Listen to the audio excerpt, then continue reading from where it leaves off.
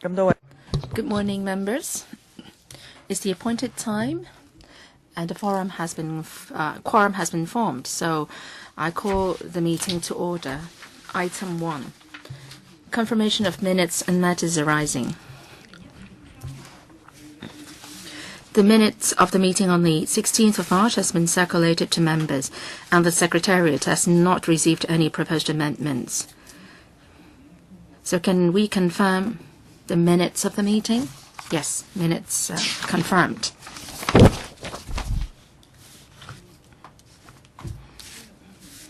Let's move on to item 2, but before that, I would like to discuss the issues to be discussed at the next meeting.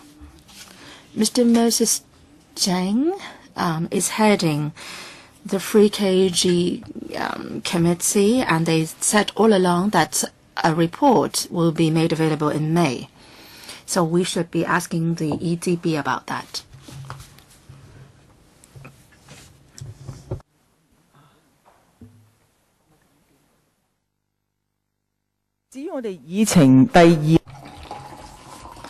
Item 2. Support for non-Chinese speaking students and students with special educational needs. The paper was emailed to you last evening and also has been tabled.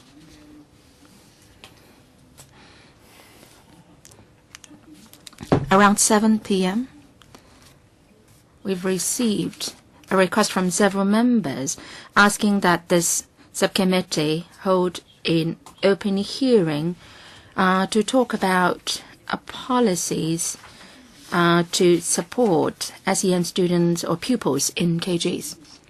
Now, administration, this is the 14th of May, and we'll be having a meeting in June. In the past, the administration has been telling us that the committee headed by Mr. Moses Zhang will be announcing a report or releasing a report in May. So my question is, when will that report be made available for the subcommittee? We're still sticking to the time frame of the end of May, that the report can be made available late May or early June. But we'll have to wait for the actual report to come to us. And they have not been very specific on the exact date. You know that the next meeting for the subcommittee will be on the 9th of June. So if the report can be made available in May, then I believe that members would like to discuss the report. Can that be done? Yes, that can be done.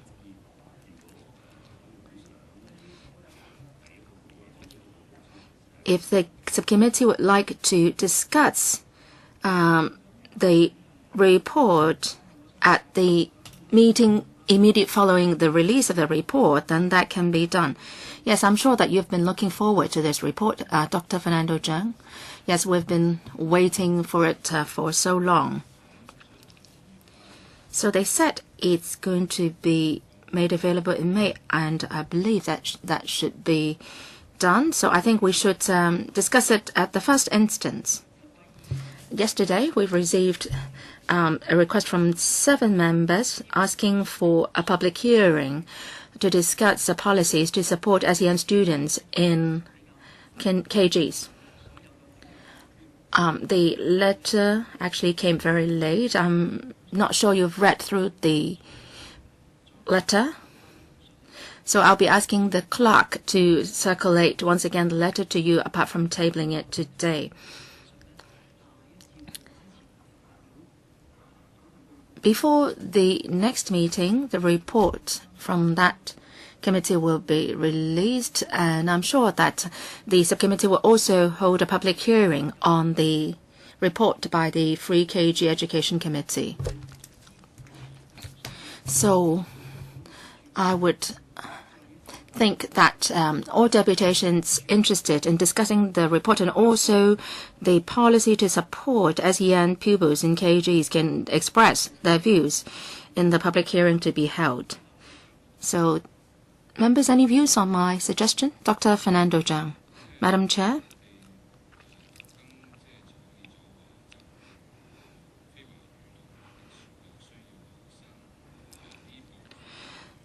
we've particularly drafted this letter on the public hearing on policies to support SEN and SES students in KGs. We want to have a focused discussion on this, but the report may be very maybe all-encompassing, including subsidy level, professional development for teachers, admission procedures, and so on. So the topics to be discussed will be wide-ranging under that report. So if that is the case, can we have a focused discussion on SEN students? In fact, we will be discussing the very same subject today. Now, let me suggest this. If there is a great number of deputations which would like to discuss this particular topic, then perhaps we can arrange for a special session of public hearing to do that, and then the administration can respond correspondingly. Now, after the report has been discussed, then we will discuss the report. And as to whether we should have another dedicated session to discuss KG students, and we can consider that later on. There are so many issues related to KG education. We can have an open hearing on all issues under the report. I'm just afraid that we'll be losing the focus. Now, if within the open hearing there is a special session, say lasting for 1 hour, and including both deputations, representations, and discussions, then that will not be enough. If we can have a first focused discussion on that, we can follow up later on. I'm sure that after the report has been released, different members have their own different concerns, and we may have focused discussions on the various subjects involved. And I hope that the administration can consider our views, and we hope that the report will cover the same subject, and when the administration implements future policies, SEN students' needs will be well taken care of. If you agree with our suggestion, then Under Secretary, please consider our views. Well, the key is when the committee will submit a report to us. According to the Under Secretary's remarks, we will be discussing the report on the 9th of June. Well, so let's move on to the next item, support for NCS students and SEN students. The paper was circulated to members via email and has been tabled. Under Secretary, please walk us through the paper. In terms of support for NCS students, the present education policy is to help them to adapt to our education system, integrate into the community. In recognized teacher training program, one of the core domains is catering for children with diverse needs. Teachers will be equipped with the basic knowledge to cater for learner diversity. We are also providing school-based programs. We are also asking teachers to, KGs to organize programs for NCS students. The committee thinks that teachers' knowledge in this aspect should be further strengthened, and also the relevant support services should be continue to be enhanced. The committee also believes that KGs taking in a certain number of NCS students will be provided with extra subsidy so that their capability to handle these students can be enhanced, and their ability to communicate with parents can also be boosted. We think that the present policy should continue.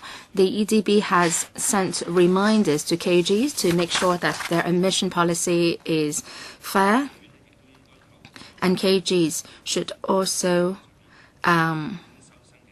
notify parents the KG-based or school-based admission criteria. The EDB has also translated our leaflets into various languages, and in sharing sessions, we've also provided simultaneous interpretation services. And Hong Kong Unison released a study report yesterday saying, highlighting certain inadequacies in the KG education now. So we will study the report and make improvements accordingly. Now, with regard to supporting SEN students, there is an interdepartmental efforts and involving DH, providing diagnosis and assessment for children, and SWD provides rehabilitation services for children with developmental disorders, including ETC and also integrated KG places, and also various other places. EDB also provides professional teacher training for KG teachers. To enhance kindergarten's ability to discern which students need extra help.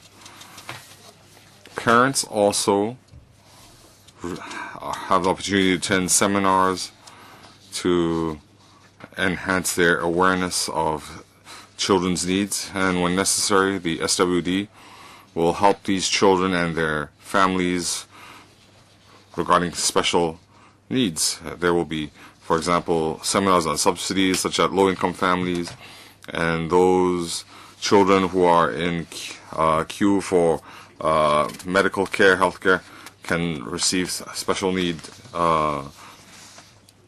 care. We need to identify these children at an early age. So aside from enhancing services and the quota for service recipients, the government should also enhance the service delivery to meet the parents' needs and kindergarten's needs. The committee also feels that the student-teacher ratio can be enhanced such that there is more space for professional development and handling learning difficulties. It's also recommended that kindergarten teachers should receive better on-the-job training to provide for better care regarding children with different education needs. There should also be a platform for the different professionals to meet and interact. That would conclude my introduction. We have three colleagues, Wang Guoheng, Zhang Qiuhong, Zhong Xugan. I suggest we start at 4 minutes. Wang Guoheng. Chairman, well, I feel for non-Chinese speaking children and those with special needs,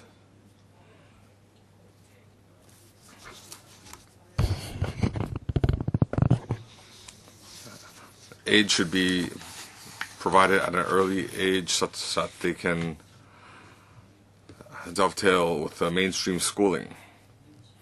Therefore,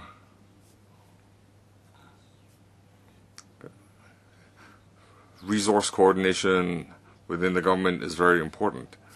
So I want to ask the government, according to paragraph 3 in the document, there are some 7,000 non-Chinese speaking students enrolled in local kindergartens, and some 5,000 have participated in the pre-primary education voucher kindergartens. You have not described students with special needs. How many are there? Does the government have statistics on this? That's the first question. The second question, I'm aware that the Secretary referred to teacher training, but you were referring to a comprehensive situation. But I want to focus on whether the support has a target. Is it focused? Is it applied to kindergartens that really need support? Chairman, regarding the second question, of course, when we provide professional services, it is targeted, but we cannot guarantee 100%. Of course, when we provide services, we see kindergartens that have non-Chinese speaking students enrolled, then we want to provide professional service to help them handle NCS. But are there any omissions and shortfalls? Well, we try to minimize that. Regarding statistics, let me ask SWD, do they have statistics on children with special needs under the age of 6? For NCS, in our referral system, we don't have the detailed statistics, but those in preschool who are in the queue, we have English medium preschool that has a quota for 85 that can only receive training in English. The number of people in the queue up till today, we have 7,000 odd students in the queue for the 3 types of services. Well, you haven't answered my first question. We know we have statistics of 7,000 on NCS, but how many students are there with special needs? Could you respond? Let me defer to SWD, those children under the age of 6 with special needs. Thank you, Chairman. We have assessed children with special needs between the ages of 0 and 6. Just now I mentioned, as of March 2050, 7,054 are in the queue. They are in the queue. That does not include those in the queue for assessment. So the 7,054, I referred to those between 0 and 6 years of age. Some of them are not enrolled in kindergarten or preschool, so these are the figures that we have. Next, Fernando Zhang.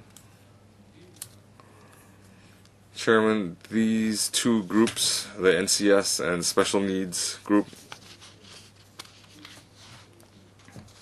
they desperately need extra support.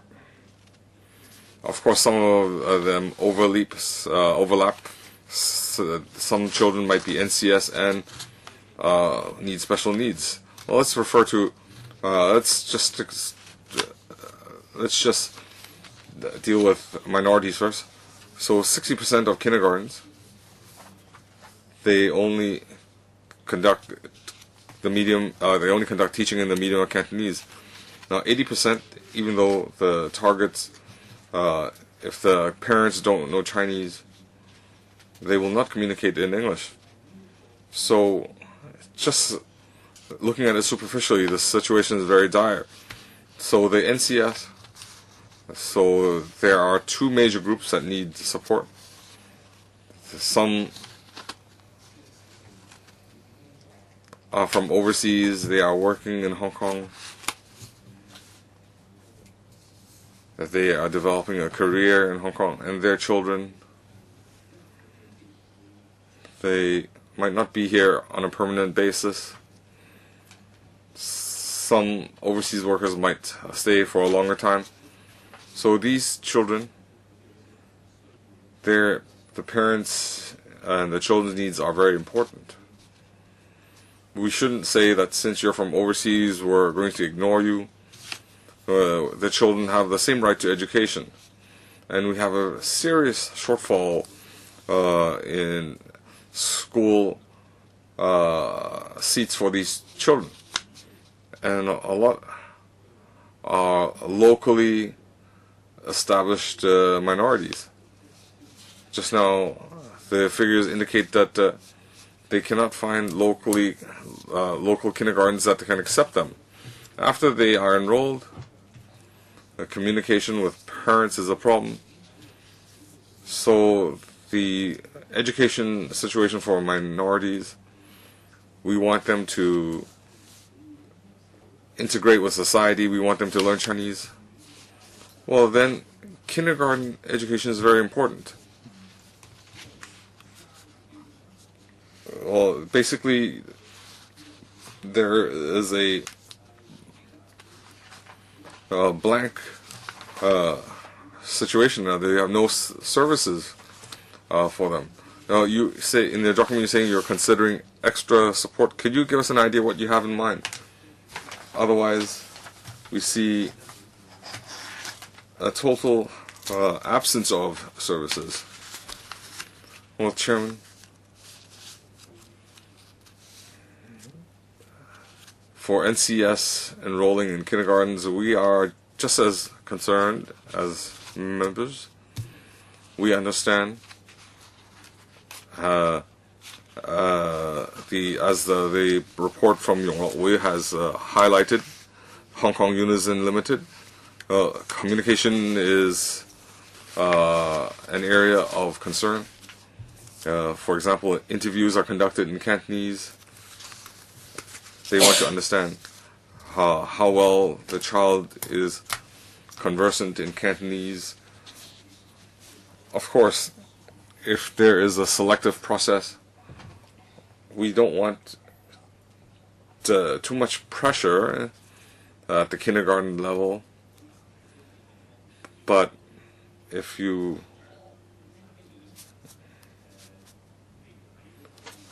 for example, in the interview or communication with parents, we will continue to work with kindergartens to see how we can help them. But we need to point out, and kindergartens understand, that if they refuse students based on ethnicity, they might be in contravention of the racial discrimination laws. If we look at the figures, 70% of voucher kindergartens, they have enrolled non-NCS students. The figure is not low.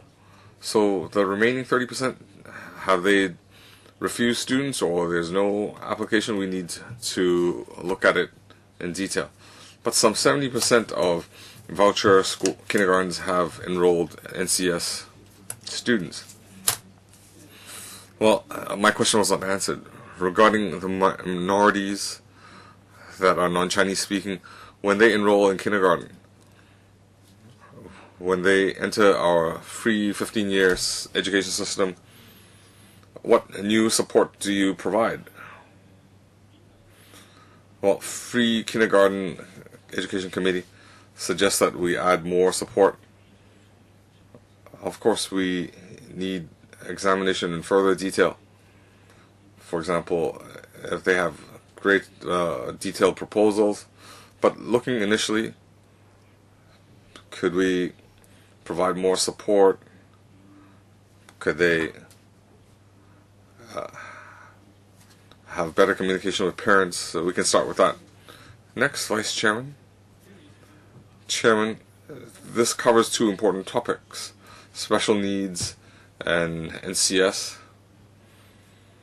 The two topics are major topics, so I want to follow up on Mr. Fernando Cheung's question, starting with NCS first.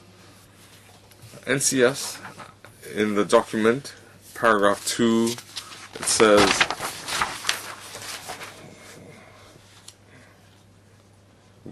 NCS parents are encouraged to send their children to kindergartens offering local curriculum for their early exposure to an immersed Chinese environment. That, I think, is correct. It also says that how can we ensure our policy allows as many NCS to enroll in the Chinese environment as early as possible. Not at primary school level, but at the kindergarten level. So they can do much better. But we see certain areas where there is a shortfall in the future paragraphs. In the later paragraphs, we see teachers can do much more, they can be more flexible, and so on. Well, after praising the teachers, you are now putting them in a very difficult situation. This type of description in our documents appear all the time, but it provides no solution. I think the biggest issue is how can we help teachers resolve the difficulties they encounter. Another question is related to paragraph 3, the number of students. 7,000 NCS students here are studying in local KGs. And what about the number of NCS students not studying in local KGs? Do you have such statistics? I think this piece of information is very crucial. And if we can have that figure, then we'll know how big the problem is now. Can you answer that first? Under Secretary. Vice Chairman, do you mean that how many are studying in international KGs or those who are not studying in KGs at all? Well, especially both types, especially those who are not studying in a KG. International KGs, 5,000 of them are studying in international KGs. Non-local KGs, over 5,000. Those who are not studying in any KG, it's relatively difficult for us to do a study because we may not be able to identify them. If you look at the enrollment rates of KGs in Hong Kong, 100% or even over 100%. I believe that only a very small number of NCS students are not studying in any local KG. 100%, you mean all students? Right, yes. The admission rates overall is high in Hong Kong.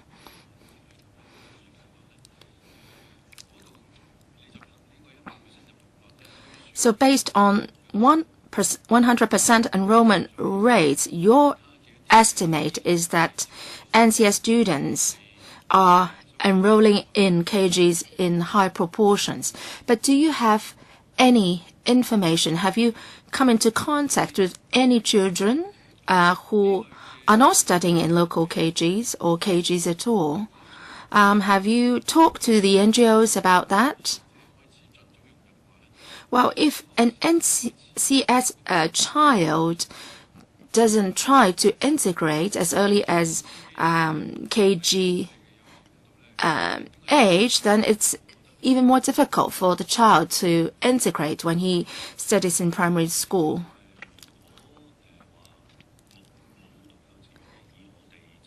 For any child who is not studying in a KG, well, our impression is that this is not a serious problem. We can ask the SWD colleague for its view, for their views.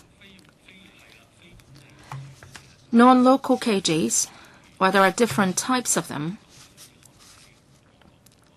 Some may be expatriates, kids of expatriates working in Hong Kong. They may not stay in Hong Kong for a long period, so some of the parents may choose non-local KGs. So there are different scenarios. It's really a matter of choice for the parents. Next one, Mr. Christopher Chung. Thank you, Madam Chair. Last week, I, together with the President of the Council, asked the Secretary and the Undersecretary to visit the local community, and we've reflected a number of issues. The government said it has been doing a lot, but the ethnic minority said that nothing much has been done. From paragraphs 6 and 7, we can see that the administration did say they've done a lot. But for the ethnic minority parents, can they actually go to your office and also district offices to get all such information? I think the government should be trying to be proactive in reaching out to them. Ethnic minorities do have their religious beliefs, and they have regular gatherings in certain places. So if the government can take the initiative to distribute the information to them proactively, strengthen your communication with them, explain your policies to them, and so on. You should not just have a support center there and ask them to come forward. Of course, NGOs have been working very hard to identify the ethnic minority families, but I think you can make use of their religious gatherings and do something there. Can you consider improving your service delivery mode?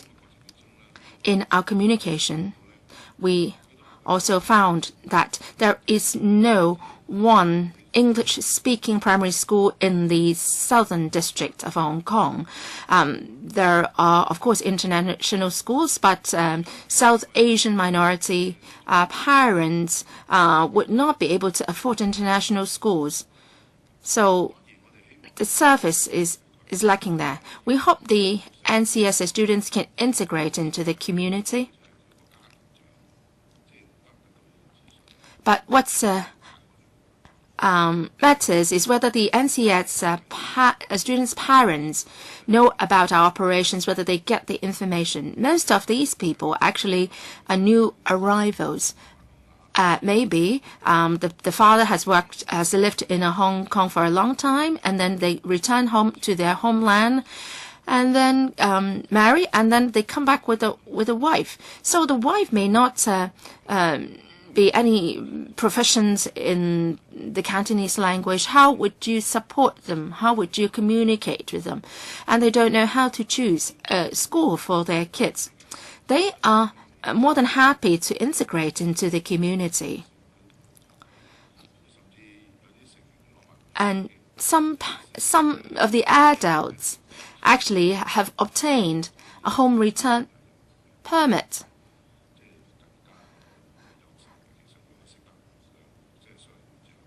And it's good if they know both their home language and Cantonese.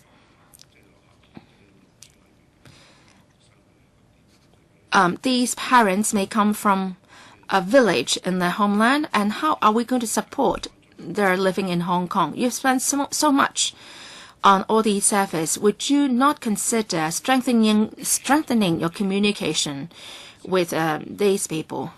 We agree with Mr. Chong's suggestion. We've used different ways and means to get in touch with these communities. We have got district offices, inquiry service centers. We provide services to NCS students. And through NGOs, we also try to get in touch with these communities and provide assistance. We would also love very much to go down to the communities to talk to them. As what Mr. Chong said, the Secretary has actually gone down to the ethnic minorities communities to talk to them. We are more than willing to do it.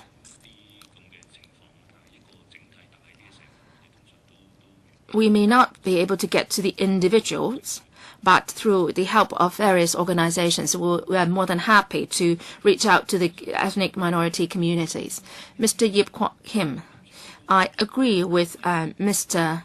Chong's point and his concerns. The earlier the NCS students can immerse in our school environment, the better it will be for them. And it will help in their taking up the Cantonese language. Where does the problem lie now? Is it a problem of communication? I think we should have more analysis on where the problem lies. My observation is that it is a problem of communication. Families, parents who are more well-learned, then they don't have much a problem. They can communicate with the schools and get their students into local schools to learn Cantonese. But for other families who have low education attainment, as the families mentioned by Mr. Chung, they may come from very remote areas. They don't know how to speak Cantonese and English. The children may have good ability to learn language, but then they live in an environment where it doesn't facilitate them to learn the language. Now, you said that the language funds, through the language fund, you would be stepping up your support, but you have to identify exactly the areas where support is needed. Their objective is to integrate into the community, and language is so very important in a community. For example, in TVB, there is this news reporter who speaks excellent Cantonese. So I think we should be heading towards that kind of direction. Have you studied or considered how to resolve the problem mentioned? How you should actually reach out to the schools and the KGs to offer help? For example, in some cases, parents even have difficulties in filling out forms. So how would you improve the situation?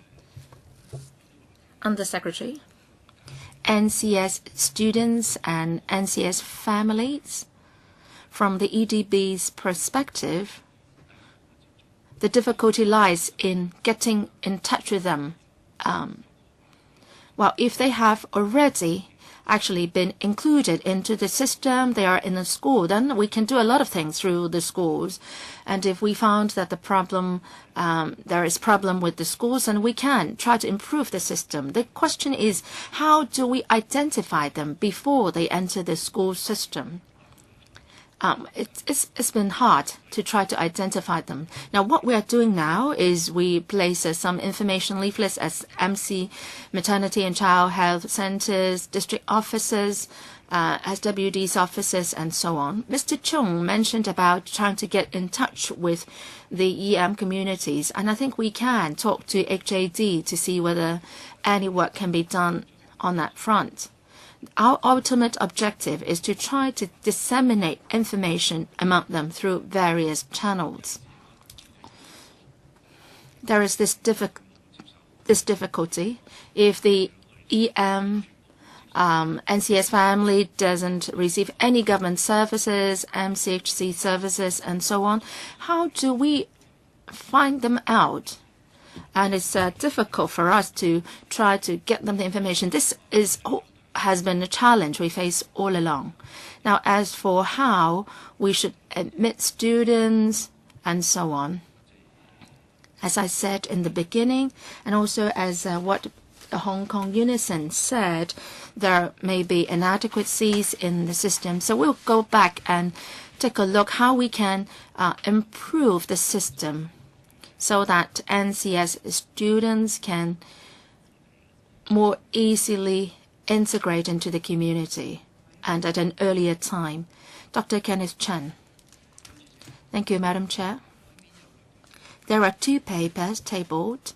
One was submitted to us last evening, 6 pages.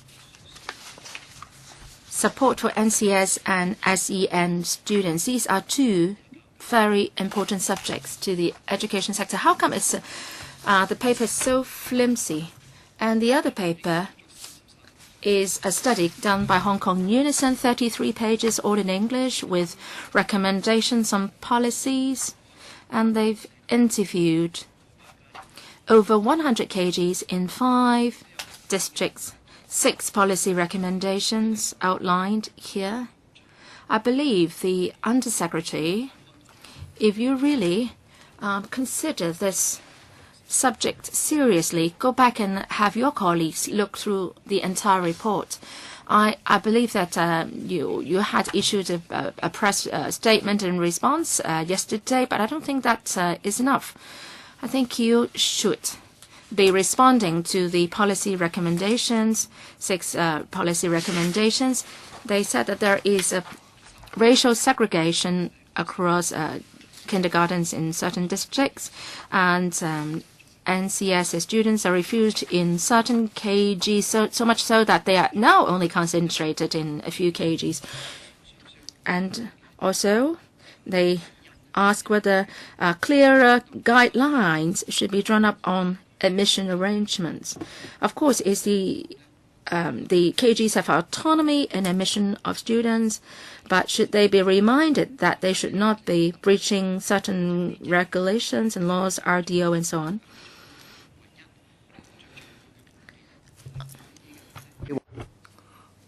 So NCS children cannot find a kindergarten close to their home because of various reasons.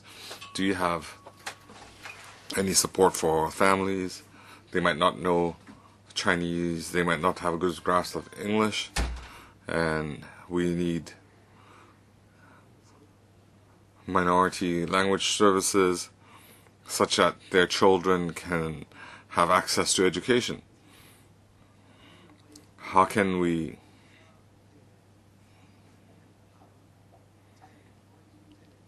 liaise with schools? How can we use Chinese as a second medium, not just relying on Hong Kong U or Institute of Education? They need to provide more support for non-Chinese speaking students to use Chinese as a second language. So I think in the Unison paper, in paragraph 6, they already mentioned these, so they put forward these suggestions. So we hope that the government can respond in earnest. Otherwise, even though we might have a 15-year free education, but we'll see that some people have fallen out of the net. And there's still a big gap, a big shortfall in our system. I think I also want to remind you that a lot of colleagues have already observed the problem, but how do we resolve the problem using existing resources such that NCS students can integrate smoothly with the education system and have access to education? I think we need to learn from the ESF experience. They have an international system, but it's expensive. And regarding special needs students, they have a practice that has a lot of word of mouth positive response from parents. So we need to learn from the good experience. We need to share this experience. I've raised the questions, but of course I do have some of my own views, but I don't have sufficient time to follow up given the 4 minutes. But I agree with Dr. Fernando Zhang. We need to have a hearing opportunity for groups who wish to have their views heard. So if we can handle the needs of children before the age of 6, this would help their future well-being. In my family, for example, we speak a mixture of languages. We speak Polish, Cantonese, Putonghua, English.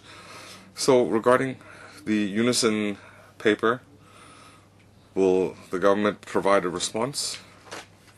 Well, just now you said you would go back and take a look at it. I might not be able to provide a report by the next meeting. We need more time to respond. We will look at it. Next, Ms. Wong, big one. Chairman, I have read the Unison report. Unison have interviewed 239 kindergartens. They have met with parents.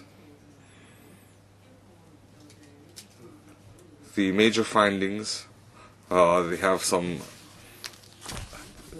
observations that minority students in kindergartens, they are oversubscribed, over-enrolled in some kindergartens. And in some kindergartens, NCS make up 90% of the student population, 90% or more. So we call this racial segregation. So even though it's not a deliberate arrangement that if you're a minority you go to this kindergarten, but why do we have some kindergartens that don't enroll NCS, or some kindergartens where the student body is 9% or more of the student body is a minority group? So there must be some policy reasons behind this. And in the interviews they identified some problems. The majority of kindergartens in enrollment phase, the interview is conducted in Cantonese. So when the minority parents bring their kids along, they probably already selected or racially segregated at the interview phase. So Chinese kindergartens have already ruled them out. Another situation is why do kindergartens do not conduct their interviews in English or conduct bilingual interviews? Well, some kindergartens might not want to enroll minority students. Why don't they want to enroll them? Well, it comes down to resources again. On one hand, what resources does the education department provide to kindergartens? If they don't have resources, well, then it would be simple for the kindergarten. They want to keep it simple. We just conduct teaching in Cantonese. We don't need interpreters or special staff. So if they had the choice, they would choose Cantonese-speaking students and rule out NCS students. The government doesn't have special resources to help these kindergartens. If they enrolled non-NCS, does the government have special resources to help them, such that they can help these NCS students? Well, how can, further along the line, how can we help NCS to learn Chinese better at the kindergarten? So when we talk about minorities, previously we mentioned the education department. They have Chinese as a second language framework. But this does not seem to include kindergartens, if I understand correctly. It's targeted at primary schools and secondary schools. So the minority student, when they learn Chinese as a second language, will the education department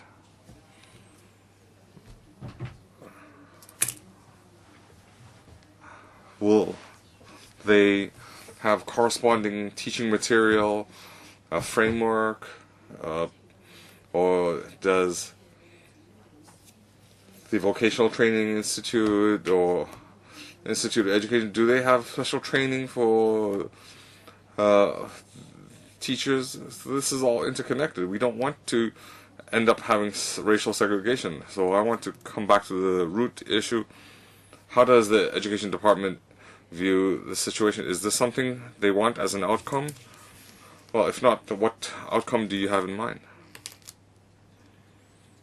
Chairman, as I stated in the beginning, we need to study the Unison report in depth. They have said some kindergartens might have more NCS enrolled. Well, we have to see if that is a local kindergarten or not. If they enroll students, do they target NCS? For example, NCS parents, when they choose that school, is it voluntarily? Or is it because they feel they have no choice? Some parents might prefer a certain kindergarten. So as the member said, we need to look at this in depth. So I won't come to a rushed conclusion that it is racial segregation. Well, if the ED doesn't have a policy, it doesn't have, then if they give free rein, then this is the situation that will arise.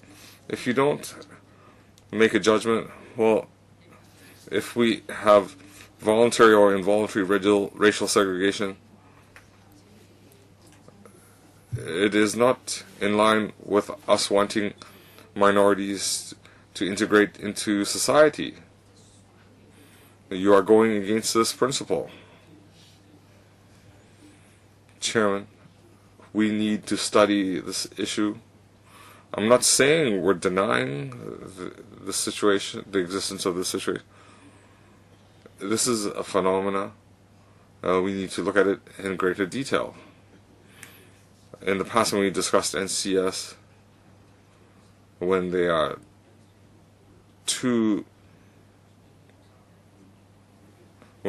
concentrated in one school, it's hard to tell them not to concentrate at one school. If you deny NCS into a certain school, then that's also another form of discrimination. If you say there are too many NCS in a certain school and we cannot allow more, so therefore we need more study. But coming back to Chinese as a second language, why is it not applied in Chinese? Well, because Chinese is not taught as a subject in kindergarten.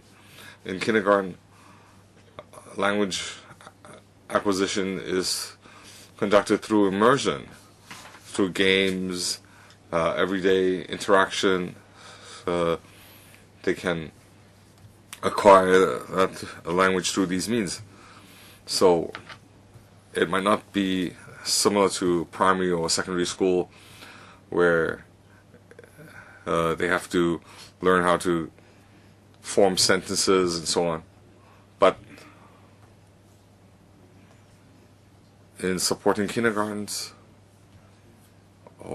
and teacher training, we will look into how they cater to students with different abilities.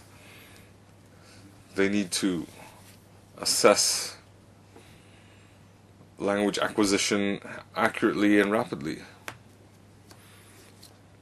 So that is the focus of primary education. Well, this paper is very important. The support for NCS and the other topic being students with special needs. I want to focus on support for NCS. Before discussion, let me remind the Education Department, as colleagues pointed out, this paper was issued last night, and as chairman, on behalf of legislators, I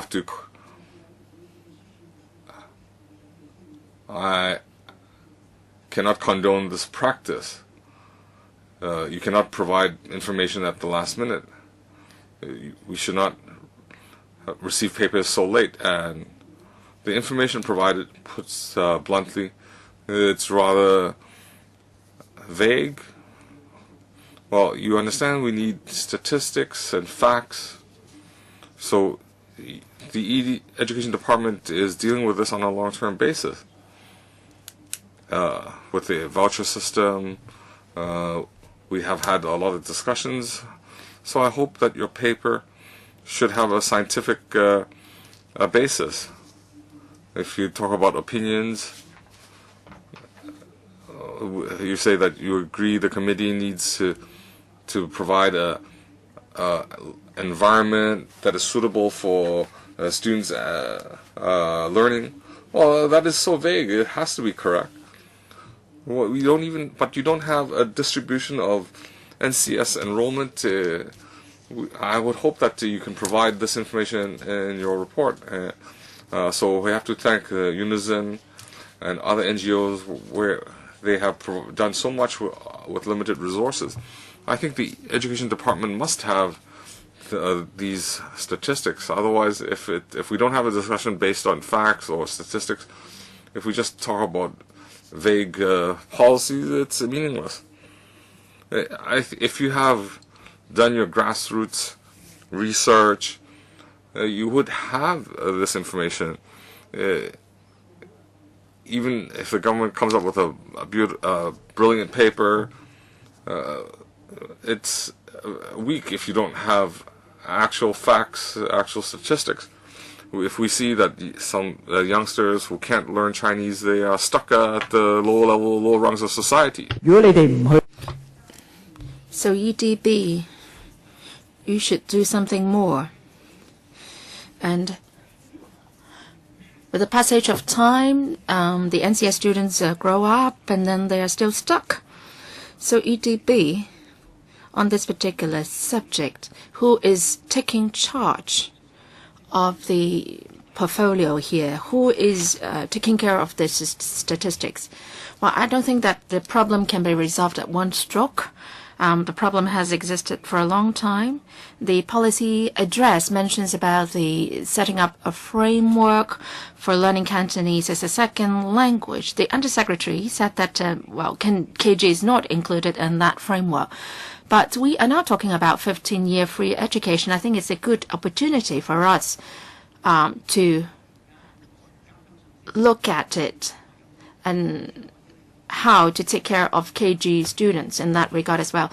Have you liaised with religious bodies, NGOs, and so on? We ourselves do have dialogue with religious bodies and so on.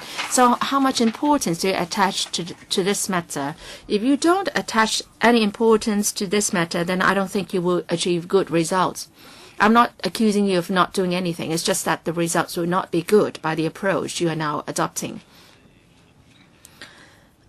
Be it the members, the government, and members of the community, all of us would very much love to have much done on these two matters.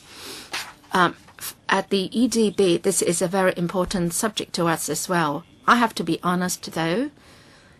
In our study on free KG education, the Committee on Free KG Education, or rather the EDB, because I didn't participate in the committee's work. Now, under the subject of free KG education, we spend relatively little time on NCS students. Under the subject of free KG education, there are so many subjects to be discussed: subsidy, teachers' remuneration, rental, and we are dealing with all these issues at the same time. There are dedicated colleagues looking at curriculum,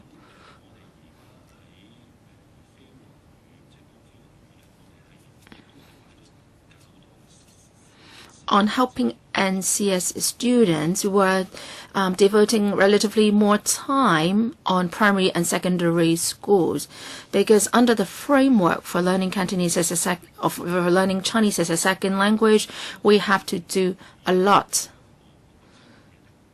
We will continue with the support KGs to KGs all along, and through tertiary education institutions, we've been trying to help KGs to come up with better curriculum design. We also go to KGs and provide support. But there are so many subjects or issues that need to be dealt with at the same time. So relatively speaking, we are devoting more time to primary and secondary school than KGs in this particular period. As we roll out the curriculum or framework in primary and secondary schools, we will have more time to study how to do a better job in helping NGS students in KGs. But at different time periods, we may put emphasis on different methods. I understand that you have a number of issues to deal with, especially when we are talking about 15-year free KG education. But on NCS students and SEN students, and particularly NCS students, they mainly are from the grassroots stratum. And if we don't do anything, then that's no good. Because if you imagine that they are your kids, and if they can't catch up, then they will be lagging behind. The committee has not been discussing this too much, but after the committee has given you a report, I hope that EDB, you can follow up and do something more. You've got very beautiful or good objectives here, but then it seems that there isn't much that you were doing. You said that you will continue to help teacher training. Please do some more. Now, if we are really to implement 15-year free KG education, and if you have such hollow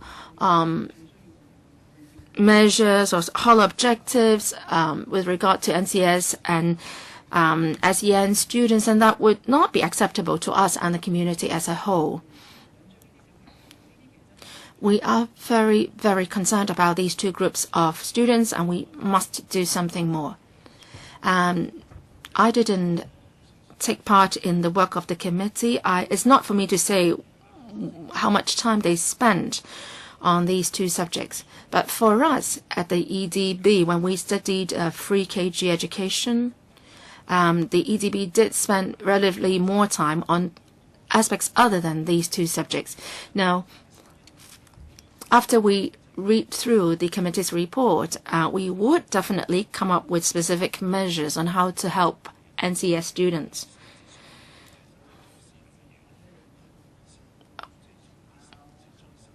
We will map out concrete suggestions and measures in the future. Second round, 3 members, Fernan, Nanto Zheng, Vice Chairman, and Helena Wong. There are 2 parts to this paper, NCS students and SEN students. I hope that you would like to discuss it further. Well, let's continue to discuss this, although we have 2 agenda items for this meeting. 4 minutes. These are 2 important issues, and they are the 2 underprivileged groups worthy of our great concern. We haven't seen the committee's report yet,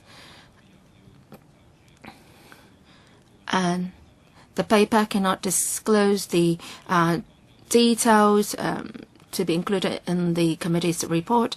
The Undersecretary said time and again that he will go back and study. Well, they have been studying the issues for so many years. Why is it that they still have to study it further? Are we put in an embarrassing situation here today because the report is still pending and details cannot be given? I think the issues are very clear here. The Unison's report mentions about difficulties of getting into KGs for NCS students, lack of transparency in information provision, and some KGs even have discriminatory attitudes, refusing NCS students to get into their schools, and they conduct admission interviews in Cantonese. So they are rejecting these NCS students. In 2011-12, Unison also conducted another study, and it was found that after NCS students got into KGs, they had faced a lot of difficulties. The Chinese language capability is so very different from their peers, and if we can provide support to them as early as possible, then it would be best. You said that KGs are not included in the framework because Chinese is not a subject, so to speak, in the KG curriculum. But then the age 0 to 6 is the golden learning period for a child, and there is a diverse ability among students in KG. So what can you do about it? And communication with parents is also important. And parents don't know what the KGs are up to, and they don't have good communication with KGs, and so as a result, they can't provide good support to their child at home. And the KGs themselves have difficulties in the administration. They can't translate everything. They don't have the resources to hire special assistants to care for such NCS students. We've been raising all these issues for so many years. So, Madam Chair, they can't give us an answer to our questions. Can you give us more specific answers? Well, the EDB may not have something concrete today, but perhaps after the committee has submitted a report, then the EDB must do something to follow up on recommendations in the report. On these two issues, you must come up with detailed measures and for our consideration. You have very vague descriptions in your paper, and these are grossly unacceptable to us. Undersecretary, as what the member said, this is not the first time that we raised such problems. We've been doing work all along. You may think that we're not doing concrete work, but on education issues, I think we have to consider how we should help the teachers. So in terms of training, we have training programs.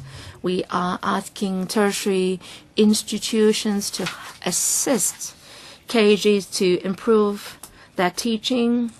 We organize a number of sharing sessions where teachers can share their teaching experience. The ultimate objective is to enhance the teacher's ability to care for the students.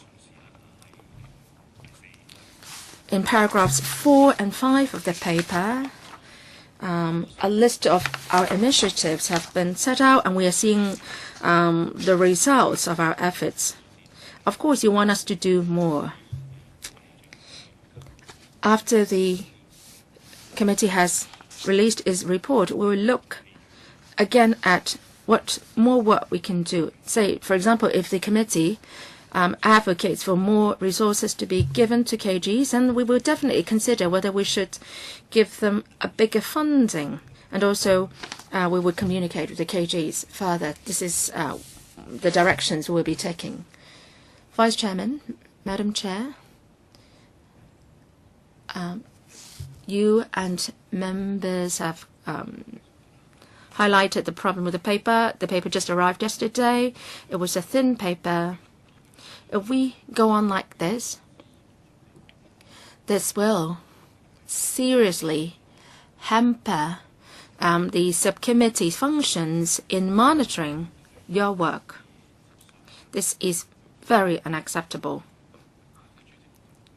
Madam Chair, can you express our dissatisfaction towards the EDB's submission of the paper this time? And I think we can discuss when papers should be submitted to us. We should have good rules on that. Now, after a paper has arrived, we have a lot of work to do. We have to study it. We have to retrieve or find relevant information. We might have to approach people in the sector to understand the real situation. So sufficient time should be allowed for us to do all these. Now, Madam Chair also mentioned about providing more statistics in papers. And one thing that is very important is based on my observations. The EDB seldom discusses the real issues in its papers. And then it usually goes on to give general practices, aspirations, expectations, and that won't help facilitate our discussions. For example, in discussing NCS students, all of us know that admission is a problem. Language is another problem. And then parents, communication with the schools.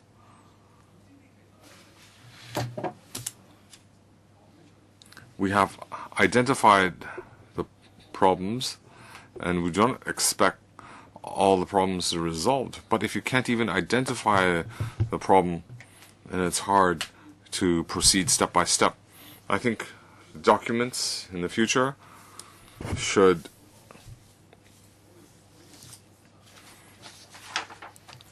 help us identify what needs to be resolved in our language policy, what has been done, what shortfalls there are.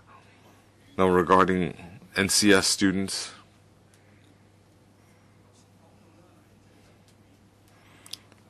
the second language framework cannot be extended into the kindergartens. Well, I think it is reasonable. So let's assume you take your kids to live in US or UK.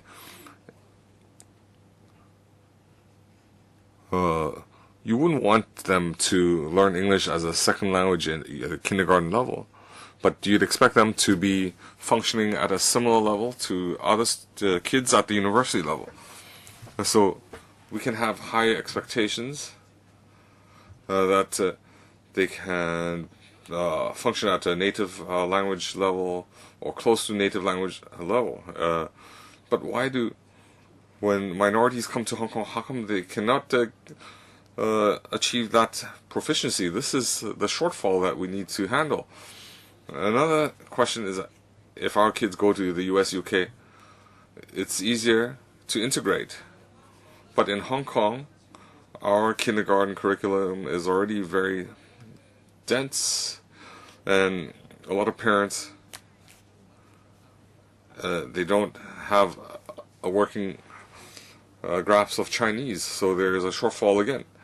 So in early integration, they already run into difficulties.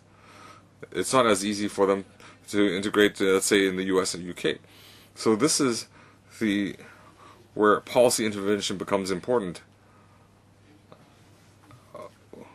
We might not have a complete solution immediately, but we need to provide support to schools such that they are willing to enroll students and they can allow students to flourish. Second, we need to focus on teacher training. It's not just technique, mentality, mindset are just as important. They need to accept these students.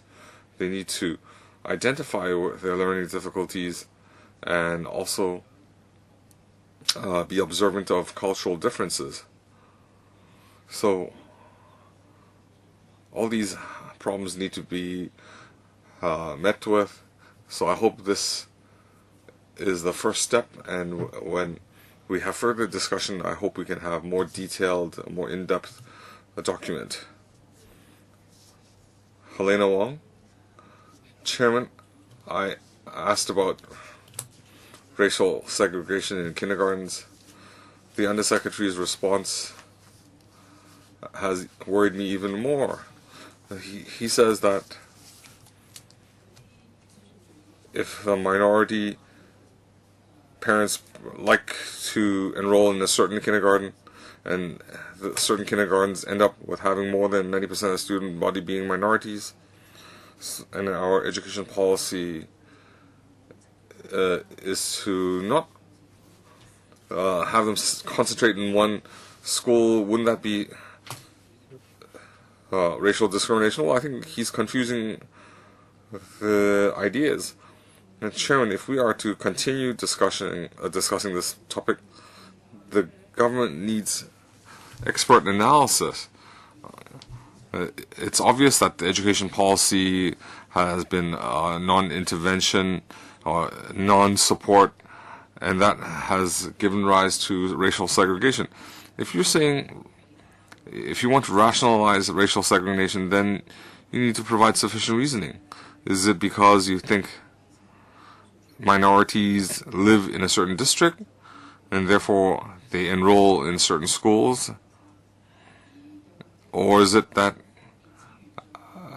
to make it convenient for deploying of resources, we have specialized staff in certain kindergartens?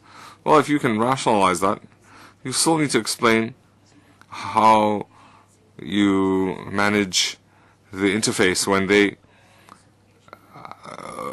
enroll in primary schools. Is there further segregation? Do we have primary schools that only enroll minority students? If you don't want this segregation in primary school and high school where minorities concentrate in certain schools, then first of all, how do you handle the interface? Do you want this racial segregation to propagate from school to society, where the minorities don't integrate into mainstream society? I don't think that's what you want. You want them to integrate into the mainstream society. You want Chinese students to become friends with minorities. They have mutual respect. They have mutual respect of culture, religion, and differences. So that should be the policy, the goal of education. If you look at Singapore, they have Malaysians, Indians, Chinese. Even in education and housing, they work towards diversity. They don't want Indians or Malaysians occupying different government subsidized buildings. There's a mixture to ensure diversity. If we have segregation in kindergarten, is it going to extend through primary and high school and so on? Then we won't have harmonious respect of different cultures.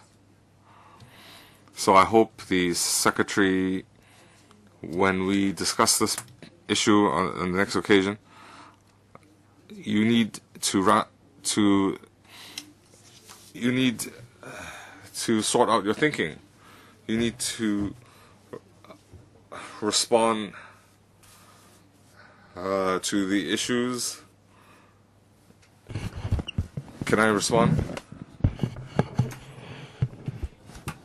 I just want to clarify that I never said we support racial segregation or anything. What I said just now was we see there is such a phenomena that a certain kindergarten where 90% of the student body is non-Chinese speaking students, we have to look at the school body. What are their missions? We have to see why do the parents choose certain schools. I just said that if we prohibit them from enrolling above a certain percentage, then those who were denied a place, is that discrimination? This is the other side of the question that we need to consider. In Hong Kong society, we support a harmonious, diverse society where people from different backgrounds can live and work together That's something that we all embrace. So in any policy, we have these principles in mind. And when you look at the details, we identify certain problems. We have to identify the causes. Now, the point I mentioned just now, it doesn't mean I support doing something. I'm just saying, if we want to enforce certain things, we have to also look at the other side of the question. Regarding the issue on late documents, I have to respond. This is a very late document. I have to apologize on behalf of the government. There are two parts of this document. We have NCS and students with special needs. A special need section, we need to liaise with different departments, so the time spent was more than what we had allotted and imagined. So we didn't follow through effectively, and I need to apologize for that. Regarding the contents of the document, usually, given such a topic, we outline the government existing policy. We also update you on the policy progress. We also highlight situations, and we also propose our solutions. But it is hard for us to cover all perspectives. But in our discussion, if you feel that there is certain information that needs to be supplemented, we can follow up on the next occasion. So the Secretary has responded on the issue of documents. I understand you need to coordinate with different departments. I just hope that you can manage your time better. The Deputy Chairman has to help me chair the rest of the meeting because I have other commitments.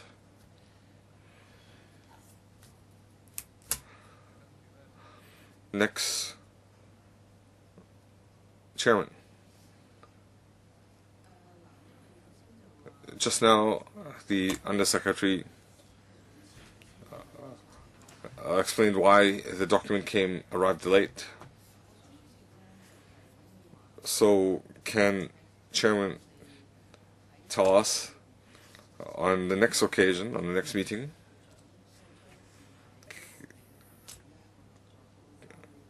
could we continue discussing this topic on the next occasion?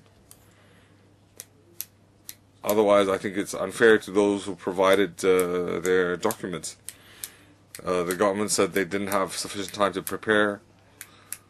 Some people have not read through the report. So on the next meeting, the government will provide a response, and we can review and have a more in-depth discussion. In the beginning, we had already arranged the discussion topics in the future meetings. So when a report is issued, we will revisit these topics again.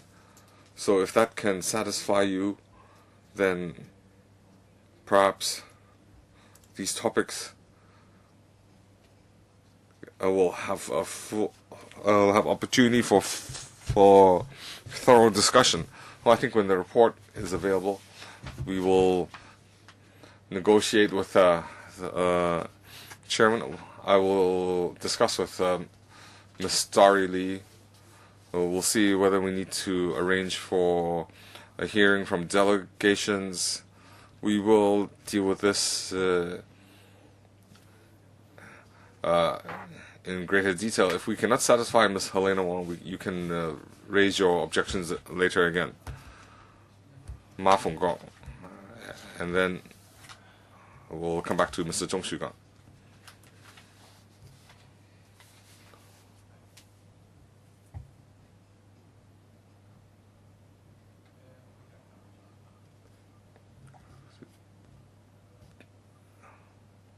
Mr. Lee has already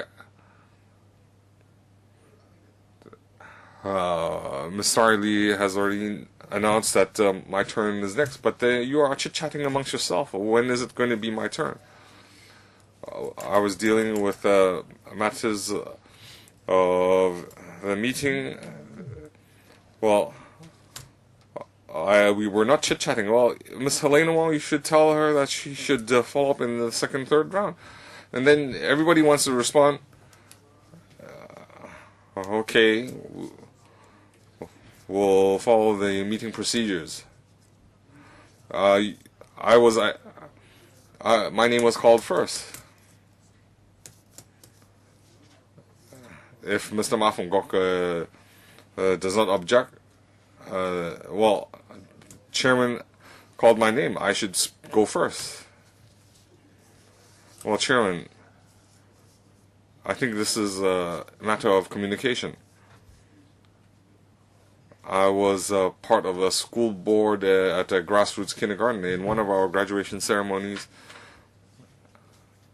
we had an Indian girl provide graduation ceremony, and she spoke in Cantonese, in perfect Cantonese. When we come into contact with the minorities, parents do not mind enrolling the child in a local kindergarten. Because they think that this will be good to their children. Because, say, they will not be returning to their homeland for a few generations to come. So they know that they must learn Cantonese and they must learn to write Chinese. And if the kids learn Chinese and they know English, then they will be in a very disadvantaged position. But since they visit together with the secretary to the relevant communities last week, I came to the conclusion that you did little contact with the communities. You did that through other government departments, HAD and so on. So EDB, can I suggest that you assign certain officers to actually go into the community and get in touch with the people there? Some NGOs will be dealing with a lot of matters for the new arrivals and not just education. So you must do something more. Second, when NCS students go into local primary and secondary schools, I think we should try to give more consideration on how to respect the habits of the EM students, NCS students. Some students don't eat pork, others don't eat beef. So in canteens and in arrangement for meals, should you be giving consideration to their eating dietary habits? Some students may need a place for praying. Next to my Taiwan office is in Islamic school. The principal told me they've got students who believe in Hinduism and they are Muslims. And the EDB has never thought about building a small church for them to pray. You know their habits. They have to pray several times a day. If we have due respect for their traditions and religious beliefs, should we be providing extra support like that? I think the problem arises from a lack of communication. If the government officials know more about their habits, then they will be doing a better job. If we have sufficient support for their life patterns and have respect for their habits, and I'm sure that they would like very much to enroll in local schools. I agree with Mr. Chung that much boils down to the issue of communication. And at EDB, we should be doing more communication. I agree. I think we should have mutual understanding. And I hope that the different ethnic minorities would appreciate that, say, for example, for a church or a place for prayer, then they might have to accept that they might have to change certain habits. And I think we can try to find solutions through communication. I don't think we should change their habits. It is their religious belief. You can identify or provide a small room for them to pray. You must do it. It's necessary. Well, their habits cannot be changed because it's their religious beliefs. So I understand this.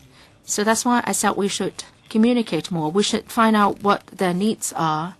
If it's just a small room, then that should be okay. But if you talk about a temple, small temple, then it's difficult to provide for that. And if there are so many schools asking for that, then it's also going to be problematic. And for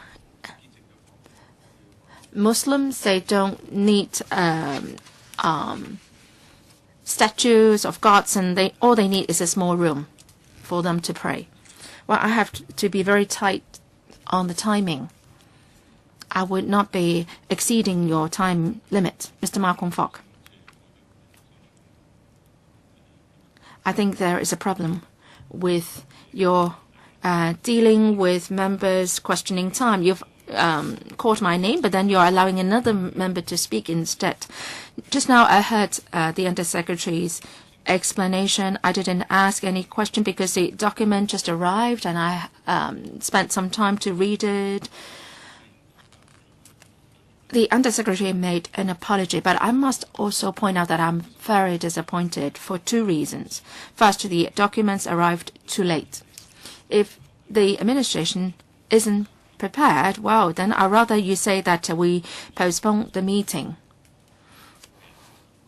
Or else you will be giving people a bad impression.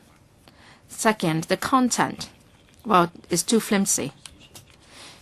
When you mention about the issue of NCS students, the government must have a set of comprehensive policy covering various needs of the NCS students, their needs in education, healthcare, and so on and so forth. And if you have such a policies, then you will be able to come up with specific arrangements in the education arena. The document is very short, and you have not mentioned anything about having a comprehensive policy on ethnic minorities. So if this is the case, and if we talk about education, then you would be trying to collate information supplied to you by different government departments. So I think the government must seriously consider doing a review on this. On this particular subject, community bodies have spent a lot of effort in coming up with certain studies, and I think that study is very good. Shouldn't the government be in touch with these bodies earlier and then make preparations accordingly?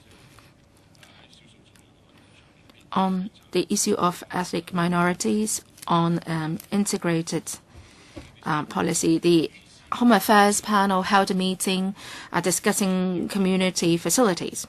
There is this 100 million project proposed for building a recreational and leisure facility for ethnic minorities. Is this in line with the government's overall policy? Should we be asking them to concentrate in a certain place for doing recreation activities, or rather we should be asking them to integrate into the community as a whole?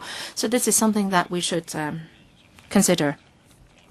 I have a number of recommendations originally, but I will not speak about them now.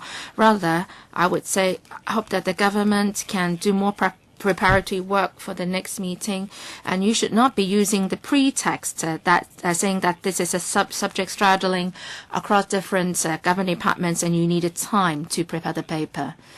So it's not desirable the way they are doing it now. Undersecretary, integrated policy, it doesn't come within the purview of the EDB. This paper deals mainly with our assistance to NCS students in KGs.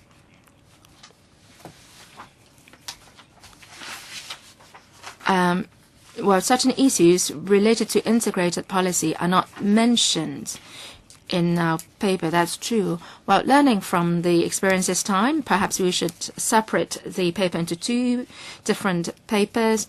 Actually, NCS students comes within the purview of EDB. The paper has been prepared long ago, but for SEN students part, that involves other departments, and it took relatively more time. Okay, third round.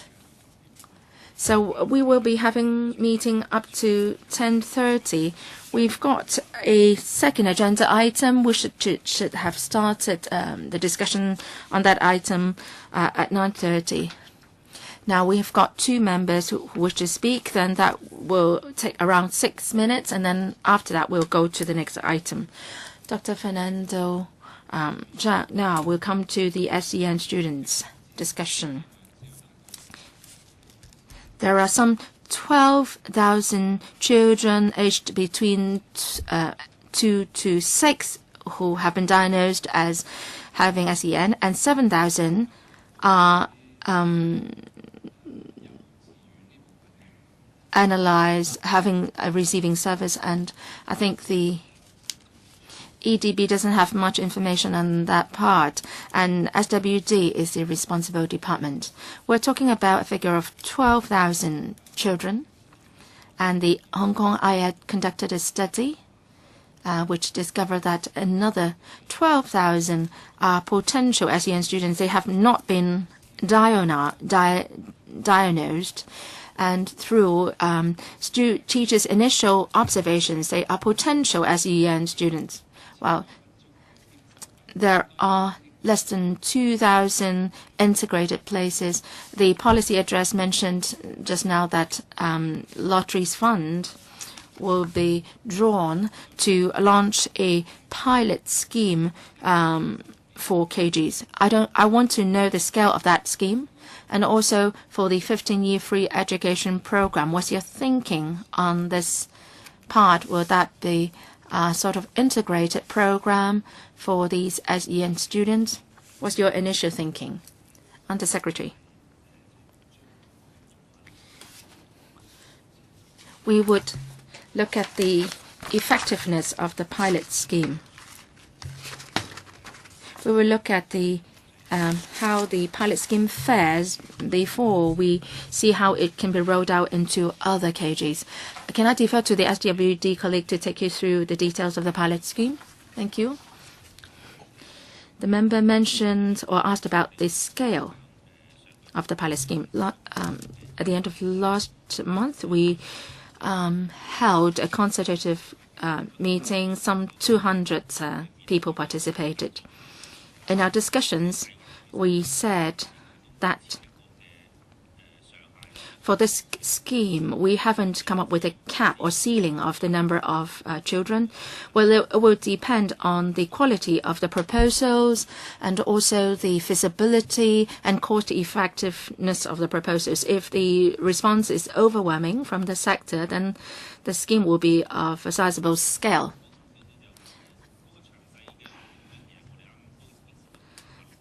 We are working out the details of the scheme. And once we've got a concrete plan, then we will submit it for members' reference. We don't want you to come to us after you finalize the details. From what we've heard, you will be resorting to various models, right? Well, time constraints, I can't allow more time for you. Before you finalize the plan, can you submit the plan to us, to this subcommittee? Can the administration consider this? And talk further to Mr. Zhang. Dr. Helena Wong.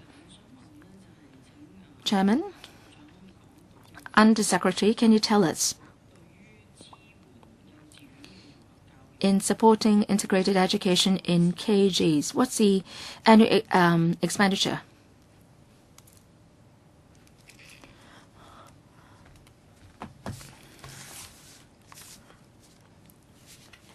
SWD. Ms. Wong, Deputy Secretary, as we said on various occasions, If a child is assessed to be of an SEN child,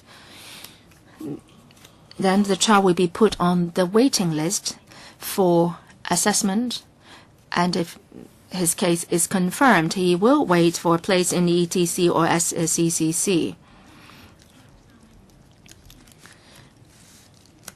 And teachers may identify certain children with special needs, and then the teacher will communicate with the parents concerned. We've got tools to help teachers to do initial assessment, and also how to communicate with the parents, and the parents be asked to take the child to the DH for assessment. With regard to resources, we organize training for KGs. These are large-scale training programs. Our colleagues and experts invited from outside will host such training programs. We don't have statistics on such programs.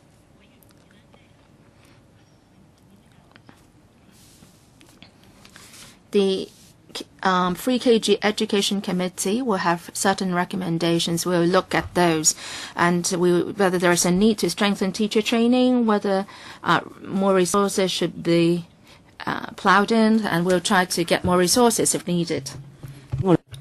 Well, the response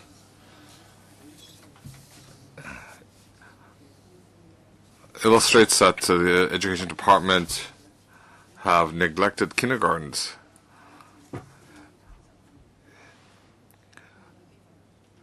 Even before we had 15 years free education, the kindergarten education has been neglected. We have no budget, no policy at the kindergarten level to assist special needs students. Well, when the report is issued, you cannot be ambiguous. You have to tell us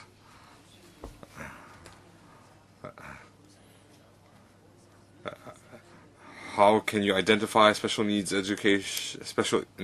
students when they're so young.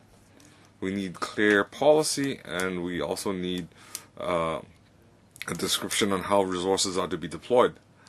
Well, regarding SEN, it's very obvious that there's a blank there, so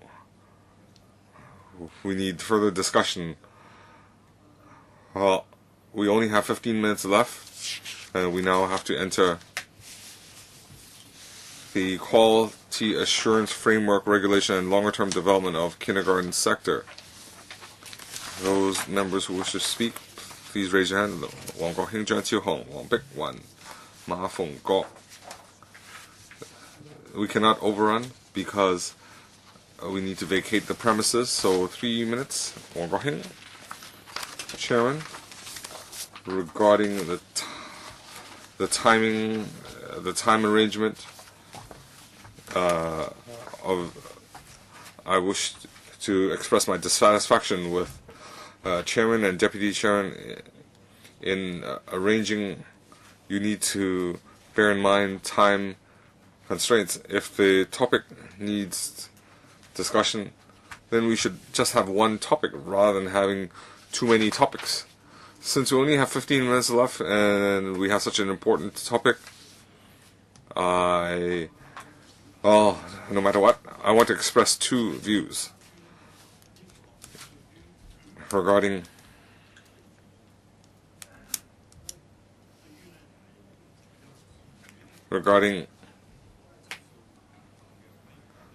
quality assurance framework. I have two views. The first, I'm aware that the Kindergarten Teacher Remuneration Association, they have convened a press conference, and they have proposed some recommendations, and they want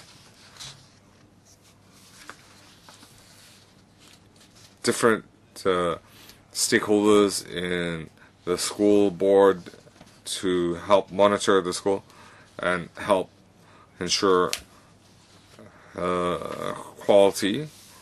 So I'm not sure what the government's view is. I can only express this group's, the Federation of Education Workers' views. Parents are also very concerned that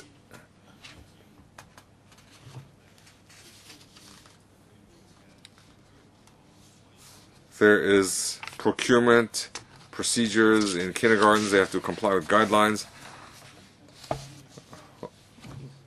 But students also need to purchase certain items in kindergartens: textbooks, exercise books, uniforms, and they have all the miscellaneous items.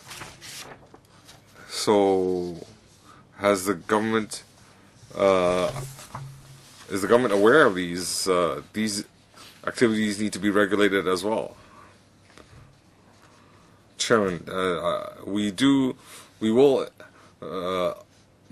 regulate these two items. We will consider it in further detail.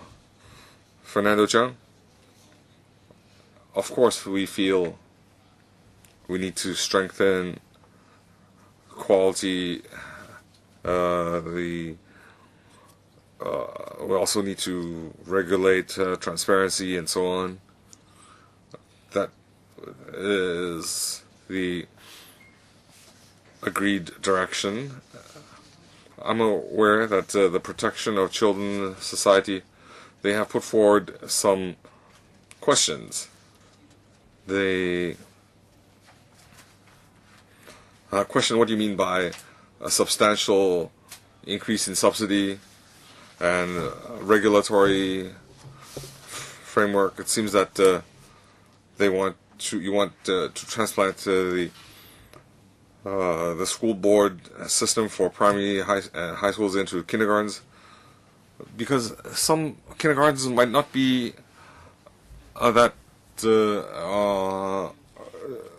might not be big, might not have are not large institutions. They're small institutions, so it's hard to transplant high school or primary school systems into kindergartens. The education department doesn't have a fixed view.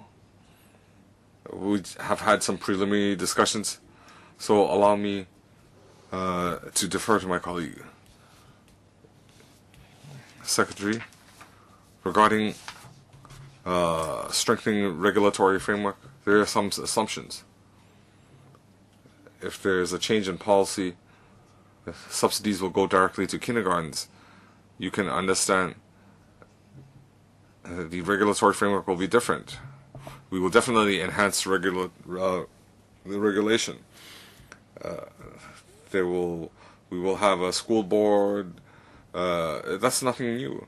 Under the education ordinance, we require schools to have school boards, school management boards. So you don't need to worry. In our committee discussions, will it be like IMCs in primary and high schools? Well, there is some consensus that regarding the government funding expenditure, we don't require a uniform approach for secondary schools and primary schools, and we need further discussion on kindergartens. The paper also refers to, well, there must be some, there also might have been some misunderstanding. You think that the system will, from primary high school will be transplanted to kindergartens. Well, we had discussed that, and we felt that it was not appropriate. Well, we feel that in the school management system, parent participation is important. Ms. Helena Wong? Well, I agree that the government ought to have an effective and uniform kindergarten regulatory framework. So at the tertiary level, we have different frameworks, and that's not uniform. That needs to be unified. Now, if we have 15 years free education, well, I'd like to see a uniform regulatory framework. Some school sponsoring bodies, we should have some kindergarten professionals, scholars, parents, and we need also independent members of the in the regulatory framework. There should also be some indicators, KPI, performance indicators, because we will be using government funding to subsidize kindergartens. And we also need it to be democratic, transparent. If we want to enhance kindergarten education, there are 3 points to bear in mind. First, resources. That is, we'll have half-day kindergartens, we'll have full-day kindergartens. Then subsidies. You have to ensure that half-day and full-day kindergartens have sufficient resources to serve their so-called education and care services. Otherwise, whether you half-day or full-day, they cannot meet their goals.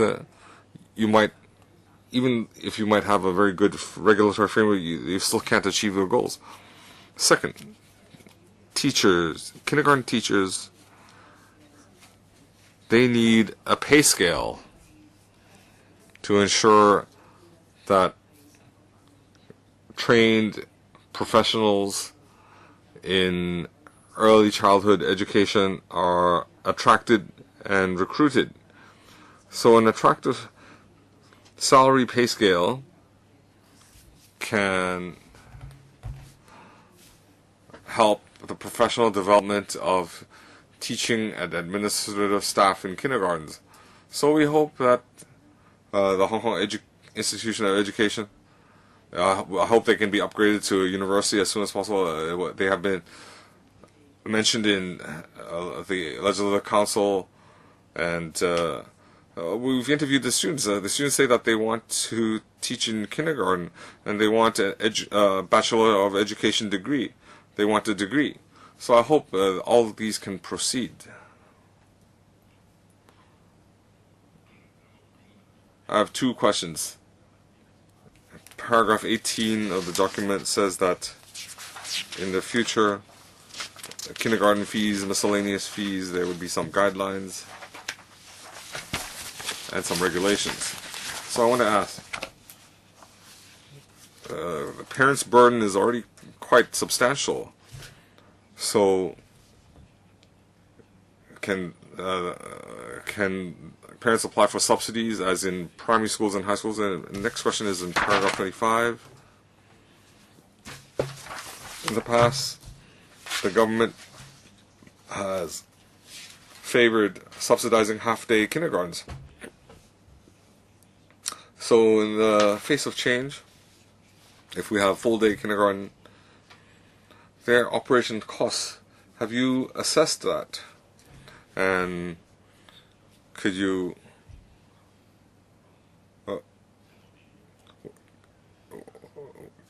could you respond to our committee on future subsidies?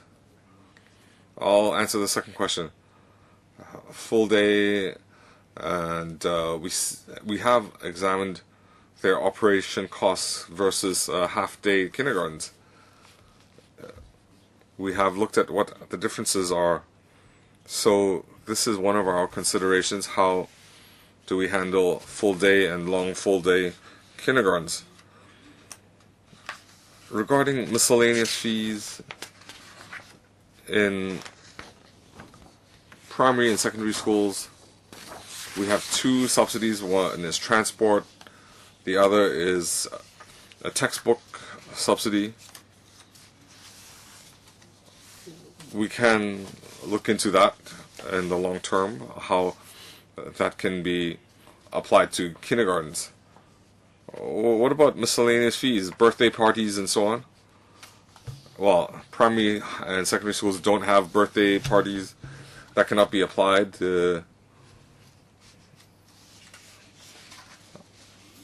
In primary and secondary schools, textbook and transport are necessary and related, so that's why we consider subsidizing those. So, but birthday parties, is that necessary? That deserve subsidy? This is something we need to consider. We have to look at what is necessary or relevant to education. Perhaps the secretary would like to add something? No? I'd like to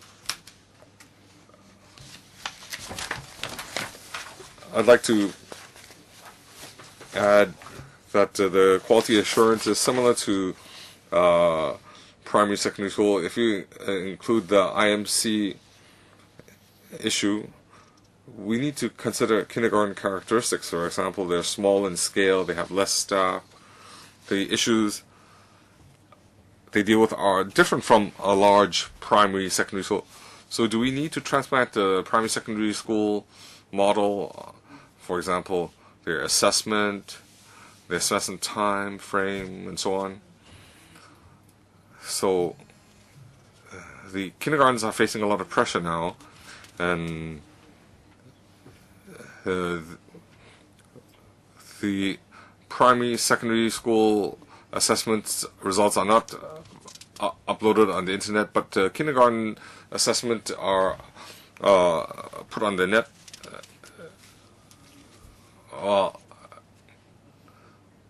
Could you respond to these issues? In the final regulatory framework, we need to consider the industry's views. So when the committee report is issued, we will continue to consult with the industry, including regulation and so on. Regarding the details, we will definitely work with the industry. Okay? Mr. Abraham Sheck, we cannot overrun because we need to vacate the premises. Well, there's no problem with regulation, but we cannot sacrifice autonomy. Autonomy cannot be undermined. If kindergartens don't have subsidies, but they are highly regulated. So even if you subsidize them, you do need to allow for autonomy. It should not affect the education. Okay, now meeting is adjourned.